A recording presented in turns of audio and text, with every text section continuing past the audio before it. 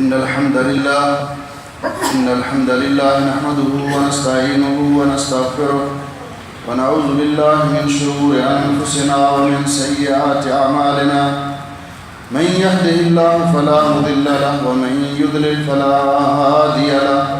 وأشهد أن لا إله إلا الله وحده لا شريك له وأشهد أن محمدًا عبده ورسوله يا أيها الذين آمنوا اتقوا الله حق تقاته ولا تموتن إلا وأنتم مسلمون يا أيها الناس اتقوا ربكم الذي خلقكم من نفس واحدة وخلق منها زوجها وبث منهما رجالا كثيرا ونساء واتقوا الله الذي تساءلون به والأرحام إن الله كان عليكم رقيبا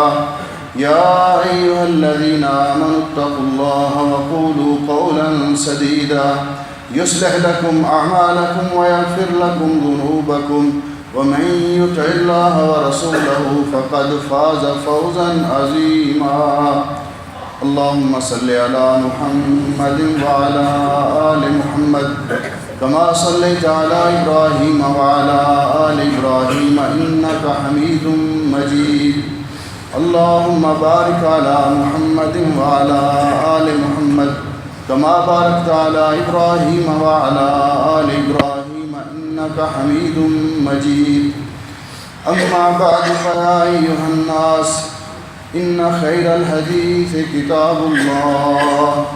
وخير الهدي هدي محمد صلى الله عليه وسلم وشر الأمور محدثاتها وكل محدثة بدعة وكل بدعة ضلالة وكل ضلالة في النار. قابل صد احترام بزرگوں، بھائیوں اور دوستوں، واجب الاحترام ماؤں اور بہنوں، آج رمضان مبارک سن 1437 ہجری کا آخری خطبہ جمعہ ہے. اس موقع پر تمام بہن بھائیوں کو اور تمام مسلمانوں کو اپنا محاسبہ کرنا چاہیے، اپنے اعمال کا جائزہ لینا چاہیے کہ ہم نے اس ماہ مبارک کی برکات سے کس قدر فائدہ اٹھایا، ہم نے کیا کھویا اور کیا پایا، ہم نے اس مہینے میں نیکیاں جمع کی اور اپنے وقت کو اللہ کی اطاعت اور فرما برداری میں صرف کیا، یا کہ اپنی زندگی کے قیمتی لمحات اور رمضان المبارک کے انمول ساعات اور لیل و نہار کو ہم نے ضائع کر دیا اور برباد کر دیا. اس تناظر میں جب ہم اپنا محاسبہ کریں گے، اور یہ محاسبہ انسان کو ہمیشہ کرتے رہنا چاہیے. حضرت فاروق اعظم رضی اللہ تعالیٰ عنہ کا یہ مشہور قول ہے کہ حاسبوا انفسکم قبل ان تحاسبوا. اس سے پہلے کہ اللہ تعالیٰ آپ کا حساب لے، اپنا اعمال نامہ اس کو اپ ٹو ڈیٹ رکھنے کی کوشش کریں، اس کو چیک کرتے رہا کرو. وزنوا قبل ان توزنوا. اس سے پہلے کہ تمہارے اعمال کا وزن کیا جائے، اپنا وزن کرتے رہو کہ ہم کتنے پانی میں ہیں اور ہمارے پاس نیکیاں کتنی ہیں، ہمارے گناہ کتنے ہیں. اس لیے کہ اللہ جل شانہ نے قرآن پاک میں صاف صاف فرمایا ہے. دوسرا، آپ کو کوئی کتنے تقوی اور طہارت کے سرٹیفکیٹ عطا کرے، وہ آپ کی تعریفوں میں کتنے زمین آسمان کے کلابے ملا دے، وہ کس قدر آپ کو نیک اور پارسا کیوں نہ قرار دے دے، لیکن ہر انسان اپنے بارے میں سب سے زیادہ خود آگاہ ہے. اللہ جل شانہ فرماتے ہیں بل الانسان علی نفسہ بصیرہ. انسان اپنے بارے میں خود جانتا ہے کہ اس نے کیا کیا ہے اور وہ کتنے پانی میں ہے، اس کے پاس کیسے اعمال ہیں. اس لیے اللہ جل شانہ نے اپنے ایسے بندوں کے لیے جن سے کوتاہی ہو جاتی ہے، سستی ہو جاتی ہے، گناہ ہوتے ہیں، غلطیاں ہوتی ہیں، اللہ رب العزت نے ان کے لیے توبہ کا دروازہ کھلا رکھا ہے. جب بھی اللہ کے بندے اپنے گناہوں پہ ندامت کا اظہار کرتے ہوئے، اپنی غلطی کا اعتراف کرتے ہوئے اللہ رب العزت کی بارگاہ میں آ کر اپنے گناہوں کی معافی مانگتے ہیں، آئندہ ان سے بچنے کا عزم کرتے ہیں، تو اللہ رب العزت ان کے پچھلے گناہوں پہ معافی کا قلم پھیر دیتا ہے۔ توبہ سچی ہو، جیسے کہ اللہ رب العزت نے حکم دیا، یا ایھا الذین آمنوا توبوا الی اللہ توبۃ نصوحا، ایمان والو اللہ رب العزت کی بارگاہ میں توبہ کرو، توبہ نصوحا۔ توبہ نصوحا کیا ہے؟ ایسی توبہ جب انسان کسی گناہ سے وہ توبہ کر لے، پھر اس گناہ کے بارے میں سوچے بھی نہ، اس کے بارے میں کبھی غور بھی نہ کرے۔ حضرت فاروق اعظم رضی اللہ تعالیٰ عنہ نے توبۃ النصوح کی یہی تعریف کی۔ اس لیے آج کے خطبے میں یہی عرض کرنا چاہتا ہوں، اور آج کے خطبے کا موضوع بھی یہ ہے کہ استغفار کی اہمیت اور فوائد۔ استغفار کرنا یعنی اللہ تعالیٰ سے بخشش مانگنا، اللہ تعالیٰ سے اپنے گناہوں کی معافی مانگنا، یہ توبہ کا دروازہ ہے، اور یہ کس قدر انسان کی زندگی میں اہم اور ضروری ہے۔ حضرت عبداللہ ابن عمر رضی اللہ تعالیٰ عنہ فرماتے ہیں کہ ہم ایک مجلس میں رسول اکرم صلی اللہ علیہ وسلم کے پاس بیٹھے ہوتے، اور آپ ایک مجلس کے اندر 100 مرتبہ یہ کلمات دہراتے، رب اغفر لی وتب علی انک انت التواب الغفور، اے اللہ مجھے معاف کر دے اور میری طرف رجوع فرما، مجھ پہ فضل و کرم فرما، تو بہت زیادہ معاف کرنے والا اور اپنے بندوں پہ فضل و کرم کرنے والا ہے۔ رسول اکرم صلی اللہ علیہ وسلم کی یہ کیفیت تھی، اور آپ نے امت کو یہ سکھایا، اور اسی لیے حضرت عبداللہ ابن بصر رضی اللہ تعالیٰ عنہ بیان فرماتے ہیں کہ طوبیٰ لمن وجد فی صحیفتہ استغفار کثیر، اس آدمی کے لیے مبارک ہو کہ قیامت کے دن جس کے نامہ اعمال میں بہت زیادہ استغفار ہوگا، لکھا ہوگا کہ یہ بندہ اللہ تعالیٰ سے استغفار کرنے والا ہے۔ اس استغفار کا معنی کیا ہے اور اس کی حقیقت کیا ہے؟ استغفار کا معنی صرف زبان سے استغفر اللہ کہنا نہیں، یہ زبان سے استغفر اللہ کہنا اس وقت فائدہ مند ہوگا جب دل کی گہرائیوں سے اور سچے دل سے کہا جائے گا، وگرنہ حضرت حسن بصری رحمۃ اللہ علیہ فرماتے ہیں کہ بعض لوگوں کو استغفار کرتے ہوئے دیکھتے ہیں تو دل چاہتا ہے کہ کہا جائے کہ ان کا استغفار بھی استغفار کا محتاج ہے، اور بعض علماء نے کہا کہ جو گناہ اسی طرح کرتا رہے، اپنی ڈگر پہ چلتا رہے جس طرح پہلے تھا،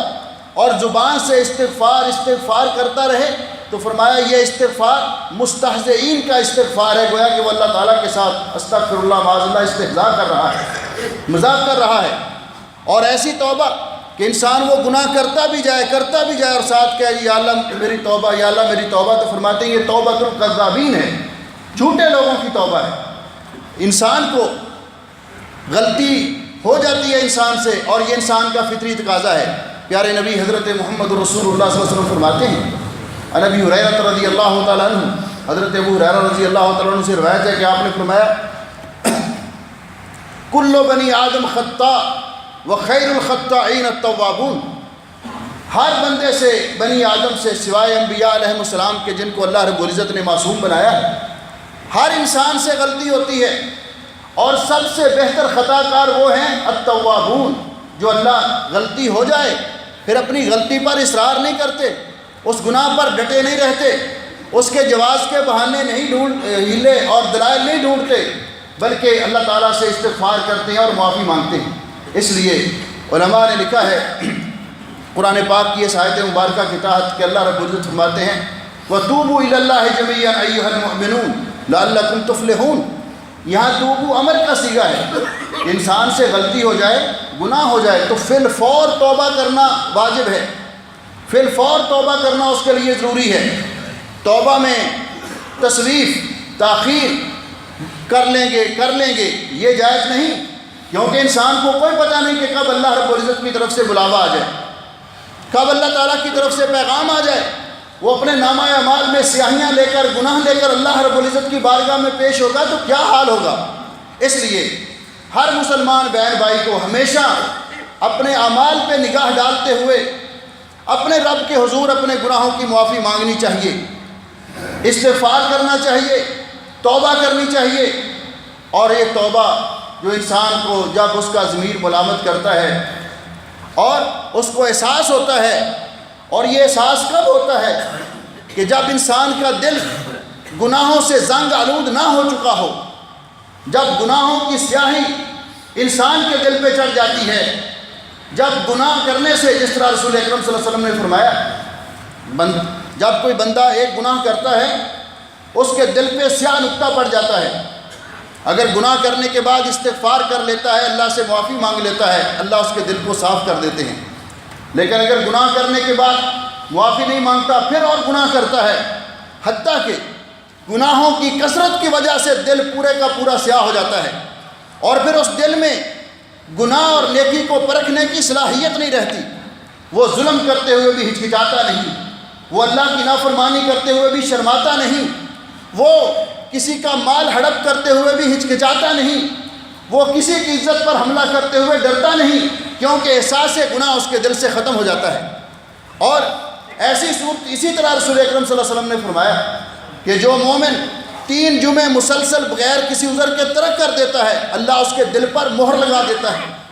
مسلسل حرام کھانے کی وجہ سے دل سیاہ ہو جاتے ہیں. جب گناہوں کے زنگ کی وجہ سے دل سیاہ ہو جائیں تو پھر انسان کو گناہ کا احساس بھی باقی نہیں رہتا. جس وقت انسان کو گناہ کا احساس بھی باقی نہیں رہتا،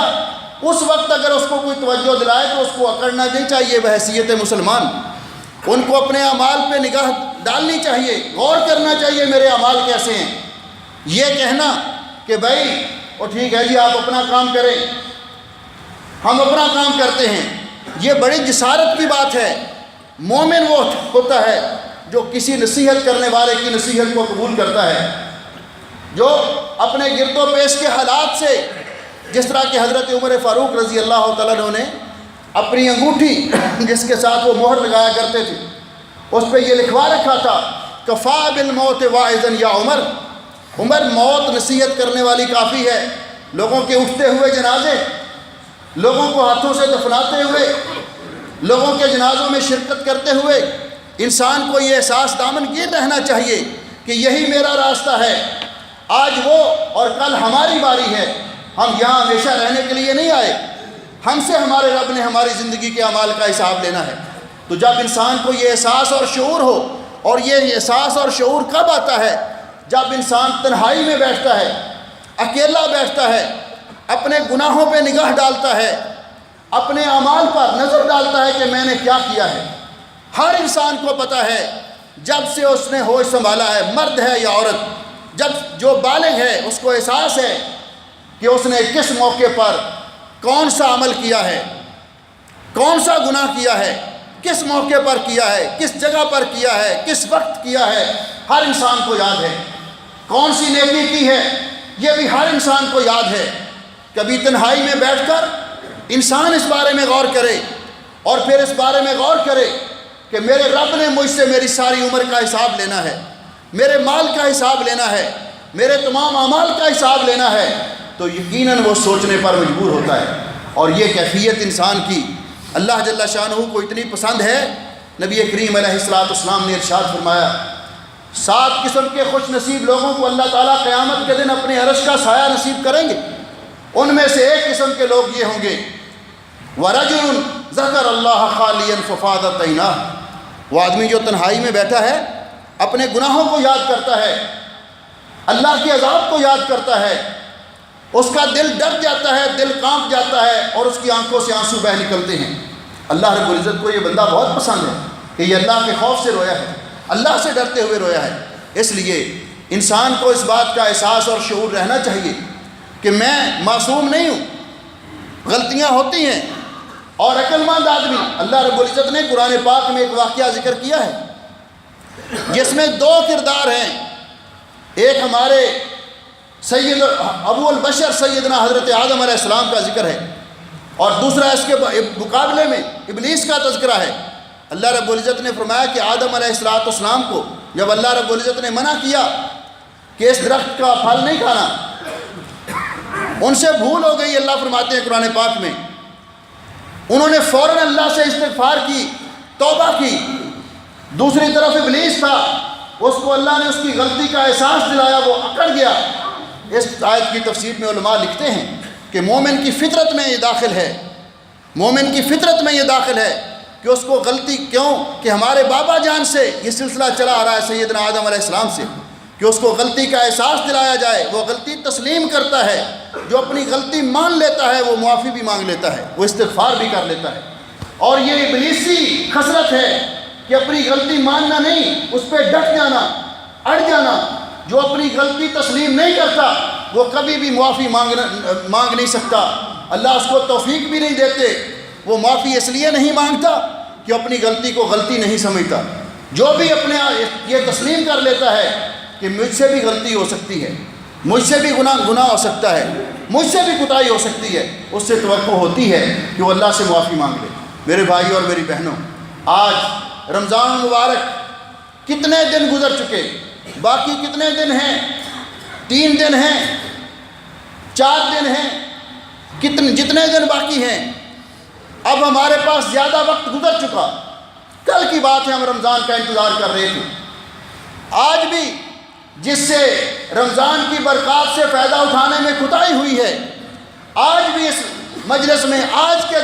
دن میں بھی اپنا محاسبہ کر لے اور اس بات کا عہد کر لے کہ پہلے جو ہو چکا، اب میں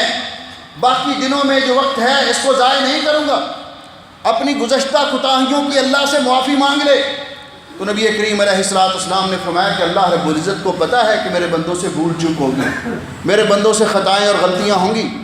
حضرت ابو موسیٰ اشعری رضی اللہ تعالیٰ عنہ فرماتے ہیں کہ رسول اکرم صلی اللہ علیہ وسلم نے فرمایا ان اللہ یبسط یدہ باللیل لیتوب مسیء النہار ویبسط یدہ بالنہار لیتوب مسیء اللیل حتی تطلع الشمس من مغربها۔ فرمایا جب تک سورج مغرب سے طلوع نہیں ہوتا اس وقت توبہ کا دروازہ اس وقت تک کھلا ہے۔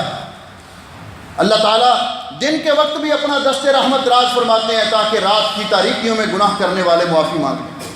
اور رات کو بھی اللہ رب العزت اپنا دست رحمت دراز کرتے ہیں تاکہ دن کے اجالے میں گناہ کرنے والے اللہ سے معافی مانگ لیں۔ جب انسان اللہ سے معافی مانگ لے، اور معافی توبہ نصوح، اس کے لیے شرط یہ ہے کہ انسان سے جو گناہ ہوتے ہیں، سب سے پہلے توبہ کے لیے شرط یہ ہے اخلاص، کہ بندہ خلوص کے ساتھ دل کی نیت اور ارادے کے ساتھ توبہ کرے۔ دوسری شرط یہ ہے کہ انسان توبہ کا دروازہ بند ہونے سے پہلے توبہ کرے۔ اور توبہ کا دروازہ کب بند ہوتا ہے؟ ایک تو اس وقت بند ہوگا ہمیشہ کے لیے جب سورج مغرب سے طلوع ہوگا اور قیامت قائم ہوگی، اور دوسرا اس وقت بند ہو جاتا ہے جب انسان پر نزع کا وقت طاری ہو جاتا ہے۔ جب تک ہوش و حواس قائم ہیں دروازہ کھلا ہے، جب ملک الموت روح قبض کرنے کے لیے آ گیا، موت کو اپنی آنکھوں سے دیکھ لیا، اللہ تعالیٰ توبہ کا دروازہ بند کر دیتے ہیں۔ اس وقت کسی کی توبہ قبول نہیں ہوتی، کسی کافر کا ایمان قبول نہیں ہوتا۔ اس لیے جب تک نزع کا وقت طاری نہیں ہوتا اس وقت سے پہلے انسان توبہ کرے۔ تیسری شرط یہ ہے کہ انسان اپنے رب کی بارگاہ میں آ کر اپنے گناہوں پر ندامت کا اظہار کرے، اپنے گناہوں پر شرمندگی کا اظہار کرے۔ چوتھی شرط یہ ہے کہ اللہ تعالیٰ کے سامنے اپنے گناہوں کا اعتراف کر کے اپنے گناہوں کی معافی مانگے۔ پانچویں شرط یہ ہے کہ انسان اللہ تعالیٰ کے ساتھ یہ وعدہ کرے کہ اللہ تو مجھے معاف کر دے، آئندہ پھر میں ایسا گناہ نہیں کروں گا۔ اگر توبہ کا تعلق، گناہ کا تعلق حقوق و لباد کے ساتھ ہے، کسی کی بے عزتی اور توہین کی ہے، کسی کا مال لوٹا ہے، کسی کی جائیداد پر قبضہ کیا ہے، حقوق و لباد کے ساتھ تعلق ہے، تو پھر چھٹی شرط یہ ہے کہ انسان اس انسان کے ساتھ اپنا معاملہ طے کرے، اس سے معافی مانگے یا اس کا حق لٹائے۔ جب تک وہ بندہ معاف نہیں کرے گا جس گناہ کا تعلق حقوق و لباد کے ساتھ ہے، اللہ بھی معاف نہیں کریں گے۔ جب اس طرح انسان سچی توبہ کر لیتا ہے تو نبی کریم علیہ السلام نے فرمایا ایسے آدمی کے بارے میں کہ جب دل کی گہرائیوں سے سچی توبہ کر لیتا ہے، اپنے گناہوں کا اقرار کر کے ان پہ اشک ندامت بہاتے ہوئے، اور اللہ کے سامنے یہ وعدہ کرتا ہے کہ یا اللہ میں آئندہ پھر ایسے نہیں کروں گا، التائب من الذنب کمن لا ذنب لہ، تو اللہ تعالیٰ اس کی ہارڈ ڈسک واش کر دیتا ہے، اس کے پچھلے گناہ معاف کر دیتا ہے۔ اس طرح ہے جیسے اس نے گناہ کیا ہی نہیں۔ اور اللہ فرماتے ہیں اگر سچی توبہ کرنے کے بعد آئندہ گناہ چھوڑ دیتا ہے اور نیکیاں کرتا ہے تو اللہ رب العزت کا فضل و کرم اس طرح بھی ہوتا ہے، الا من تاب وآمن وعمل صالحا فاولئک یبدل اللہ سیئاتہم حسنات تو اللہ تعالیٰ اس کے پچھلے گناہوں کو بھی نیکیوں میں تبدیل کر دیتا ہے۔ اللہ رب العزت کو یہ بات توبہ بہت پسند ہے۔ ان اللہ یحب التوابین، اللہ تعالیٰ توبہ کرنے والوں کو پسند کرتا ہے۔ اس لیے میرے بھائیوں اور میری بہنوں، آج ہمیں اس بات اللہ رب العزت کی بارگاہ میں اس بات کا اقرار کرتے ہوئے، تسلیم کرتے ہوئے اپنے گناہوں سے معافی مانگنی چاہیے۔ اور جب انسان اپنے گناہوں سے معافی مانگ لیتا ہے، رب راضی ہو جاتا ہے، تو پھر استغفار اور توبہ کے جو فوائد ہیں، اللہ جل شانہ نے قرآن پاک میں فرمایا کہ اللہ تعالیٰ ایسے آدمی کی ہر تنگی اور پریشانی کو دور کر دیتا ہے، اللہ تعالیٰ گناہوں کو معاف کرتا ہے۔ اور یہ استغفار حضرت نوح علیہ السلام نے اپنی قوم سے اسی لیے کہا تھا، جب انہوں نے کہا کہ ہمارے ہاں قحط سالی ہے، بارشیں نہیں ہوتی، نسل بند ہو چکی ہے، اولادیں نہیں ہوتی، مالوں میں کمی ہو چکی ہے، تو ان سارے مسائل کا حل نوح علیہ السلام نے ان کو ایک ہی بتایا تھا اور کہا تھا فَقُلْتُ اسْتَغْفِرُوا رَبَّكُمْ إِنَّهُ كَانَ غَفَّارًا يُرْسِلِ السَّمَاءَ عَلَيْكُمْ مِدْرَارًا وَيُمْدِدْكُمْ بِأَمْوَالٍ وَبَنِينَ وَيَجْعَلْ لَكُمْ جَنَّاتٍ وَيَجْعَلْ لَكُمْ أَنْهَارًا۔ سب کا ایک علاج، استغفار، اللہ سے اپنے گناہوں کی معافی مانگو، اللہ خوش ہو جائے، قحط سالی ختم۔ استغفار کرو، اللہ آپ کو اولاد عطا کرے گا۔ استغفار کرو، اللہ آپ کے رزق میں، مال میں برکت کرے گا۔ استغفار کرو، اللہ تعالیٰ آپ کو تنگی اور پریشانیوں سے نجات دے گا۔ اس لیے میرے بھائیوں اور میری بہنوں، انسان جب توبہ کرنے لگتا ہے تو ایک ایسی ہماری دشمن قوت ہے جو ہمارے پیچھے لگی ہوئی ہے، شیطان اس کو مایوس کرتا ہے کہ اتنے گناہ، 60-70 سال گناہ کیے، 50 سال گناہ کیے، اب پتہ نہیں زندگی کتنی ہے، اب توبہ کرو گے بھی تو کیا حاصل، مایوس کرتا ہے، اب باقی زندگی بھی عیش و عشرت میں گزار لو۔ لیکن اللہ جل شانہ کی طرف سے ندا آتی ہے، اور حضرت عبداللہ ابن مسعود رضی اللہ عنہ فرماتے ہیں کہ ارجع آیت فی کتاب اللہ کی کتاب میں انسان کو امید دلانے والی آیت اللہ تعالیٰ کی طرف سے ارشاد ہے، میرے پیارے حبیب میرے بندوں کو فرما دیجئے صلوات اللہ وسلام علیہ، یا عبادی الذین اسرفوا علی انفسہم لا تقنطوا من رحمت اللہ ان اللہ یغفر الذنوب جميعا۔ اے میرے بندو، جن سے اپنی جانوں پر ظلم ہو گئے، کتنے ظلم ہوئے تھے ان لوگوں سے، کسی نے قتل کیا ہوا، بڑے بڑے گناہ کیے ہوئے، جنہوں نے کبیرہ گناہ کیے ہوئے، اللہ تعالیٰ نے فرمایا ان کو بھی یہ ہماری طرف سے نوید اور خوشخبری سنا دیجئے کہ اے میرے بندو، جنہوں نے اپنی جانوں پہ بہت ظلم کیے، لا تقنطوا من رحمت اللہ کی رحمت سے مایوس نہ ہو۔ جب بھی تمہارا ضمیر ملامت کرے، جب بھی ہمارے در پہ آ جاؤ، کبھی ہمارے در پہ آؤ تو صحیح، اشک ندامت بہاؤ تو صحیح، اپنی غلطیوں کو یاد کر کے رو اور گڑ گڑاؤ تو صحیح، پھر ہمارے لطف و کرم کو آزماؤ کہ اللہ رب العزت کتنا مہربان ہے۔ اس لیے مایوس نہیں ہونا چاہیے۔ اس حدیث کی تفسیر میں مفسرین نے ایک واقعہ نقل کیا حدیث پاک کا کہ جب یہ آیت مبارکہ نازل ہوئی تو رسول اکرم صلی اللہ علیہ وسلم کی خدمت میں ایک آدمی آیا، بہت بوڑھا تھا، کمر جھک چکی تھی، لاٹھی ٹیکتے ہوئے آیا، یہ آنکھوں کے چھپر گر چکے تھے، بڑا عمر رسیدہ، آ کر رسول اکرم صلی اللہ علیہ وسلم سے پوچھتا ہے، اللہ کے حبیب ان لی فجرات و غدرات، میری تو ساری عمر گناہوں میں گزری، اللہ کی نافرمانیوں میں گزری،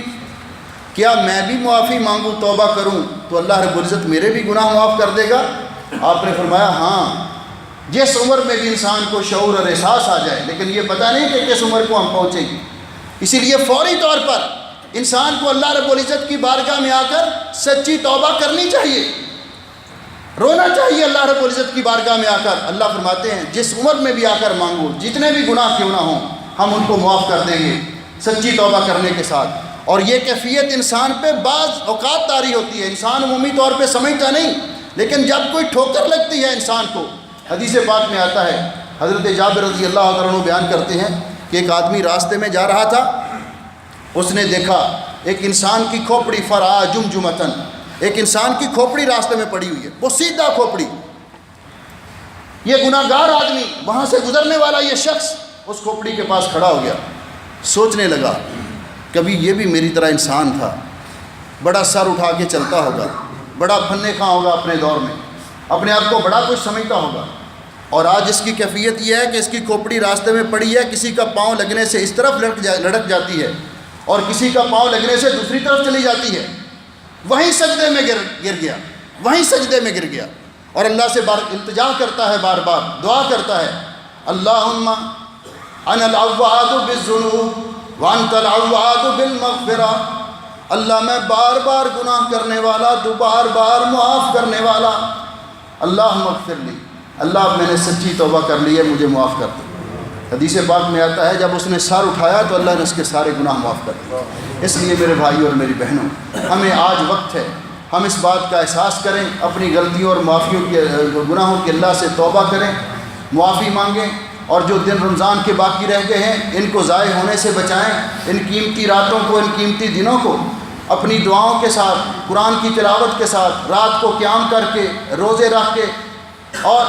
صدقہ و خیرات کر کے، روزے داروں کے روزے افطار کروا کے، جو بھی نیکی ہم سے ہو سکی ہمیں کریں۔ شاید دوبارہ زندگی میں یہ موسم ہمیں میسر آئے یا نہ آئے، اللہ جل شانہ ہماری نمازیں، روزے اور تمام عبادات قبول فرمائے، ہمیں سچی توبہ مرنے سے پہلے نصیب کر دے، جس کے ذریعے اللہ رب العزت ہمارے گناہوں کو معاف کر دے، اور ہمیں جتنی زندگی باقی ہے اس میں اللہ تعالیٰ نیکیاں کرنے کی توفیق عطا فرمائے اور گناہوں سے بچائے۔ اقول قولی ھذا استغفر اللہ لی ولکم۔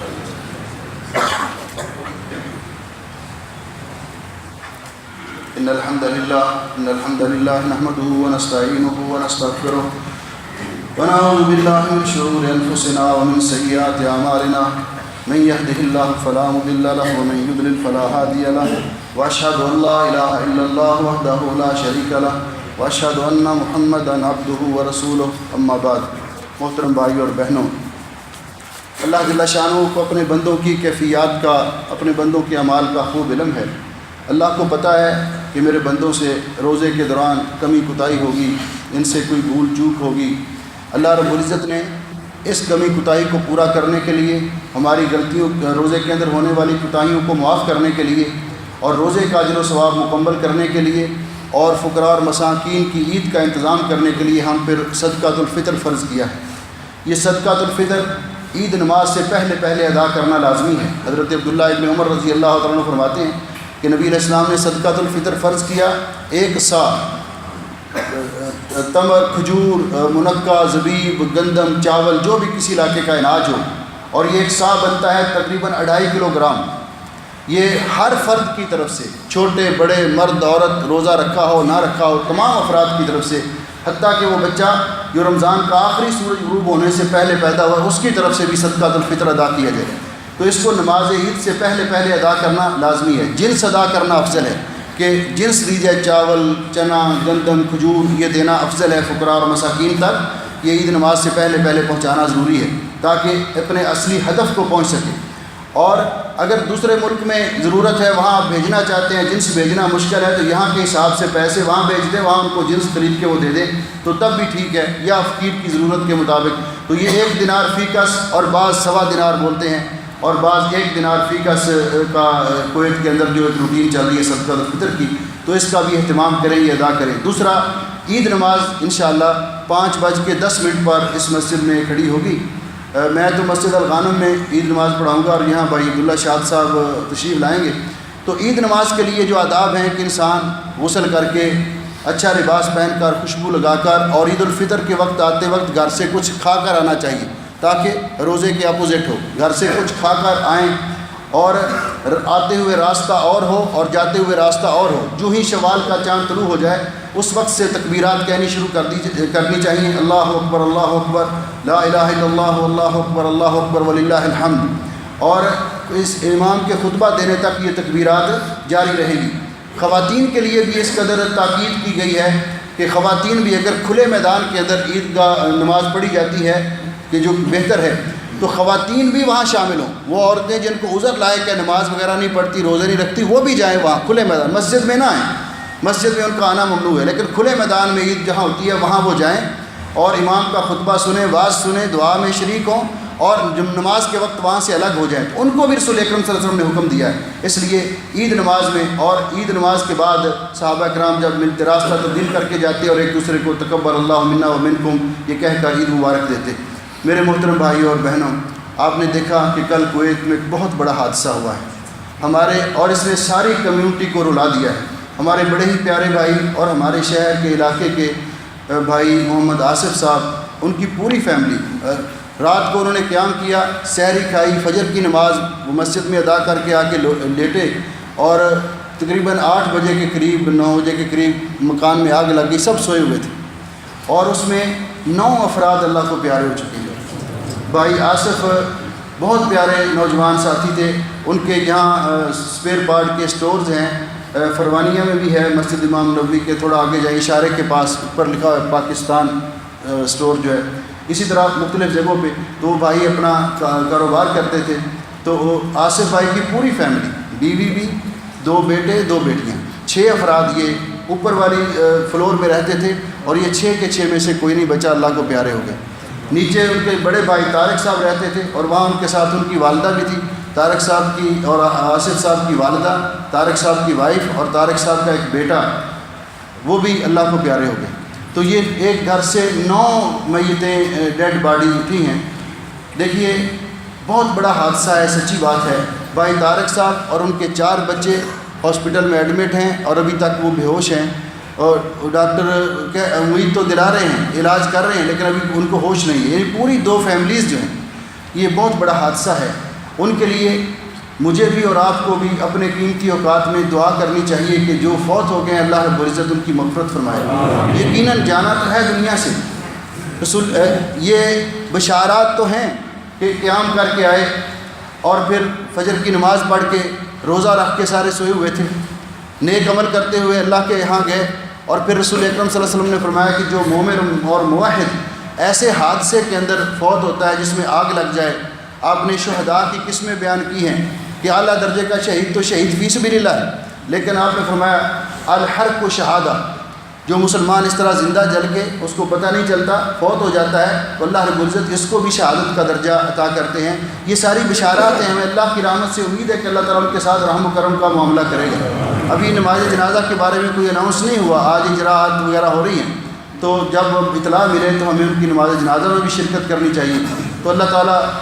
ان ہمارے بھائی اور ان کی فیملی، اللہ جل شانہ جو فوت ہو گئے ان کی مغفرت فرمائے، اللہ تعالیٰ جنت میں ان کے درجات بلند کرے، اور جو اس وقت بیمار ہیں اللہ رب العزت ان کو شفاء کاملہ عطا فرمائے، بیماروں کو اللہ تعالیٰ شفاء کاملہ عطا فرمائے، اور جو اس وقت ان کے لواحقین اتنے بڑے، ظاہر بات اتنا بڑا صدمہ ہے، بلکہ پوری قوم کو صدمہ ہے، تو اللہ تعالیٰ ان کے لواحقین کو صبر جمیل کی توفیق عطا فرمائے۔ اور بھی جو بیمار ایک بھائی نے لکھا ہے کہ ان کی بہن بیمار ہے، ان کے لیے بھی دعا کریں۔ ایک ساتھی محمد یوسف انہوں نے لکھا ہے کہ 4 دن پہلے اس مسجد کے ایک نمازی کویت میں وفات پا گئے، ان کے لیے بھی سب کے لیے دعا کریں کہ اللہ بیماروں کو شفا عطا فرمائے، اللہ جل شانہ فوت شدگان کی مغفرت فرمائے، اللہ تعالیٰ ہماری نمازیں اور روزے قبول فرمائے۔ ان اللہ و ملائکتہ یصلون علی النبی یا ایھا الذین آمنوا صلوا علیہ وسلموا تسلیما، اللهم صل علی محمد وعلی آل محمد كما صليت على إبراهيم وعلى آل إبراهيم إنك حميد مجيد، اللهم بارك على محمد وعلى آل محمد كما باركت على إبراهيم وعلى آل إبراهيم إنك حميد مجيد، ربنا ظلمنا أنفسنا وإن لم تغفر لنا وترحمنا لنكونن من الخاسرين، اللهم إنك عفو تحب العفو فاعف عنا، اللهم اشف مرضانا ومرضى المسلمين، اللهم اقض حاجاتنا وحاجات المسلمين، اللهم اغفر للمسلمين الميتين، ربنا تقبل منا صيامنا وقيامنا وجميع طاعاتنا، يا حي يا قيوم برحمتك نستغيث، اللهم إنك عفو تحب العفو فاعف عنا، اللهم اجعل هذا البلد آمنا مطمئنا رخاء سخاء وسائر بلاد المسلمين، سبحان ربك رب العزة عما يصفون وسلام على المرسلين والحمد لله رب العالمين۔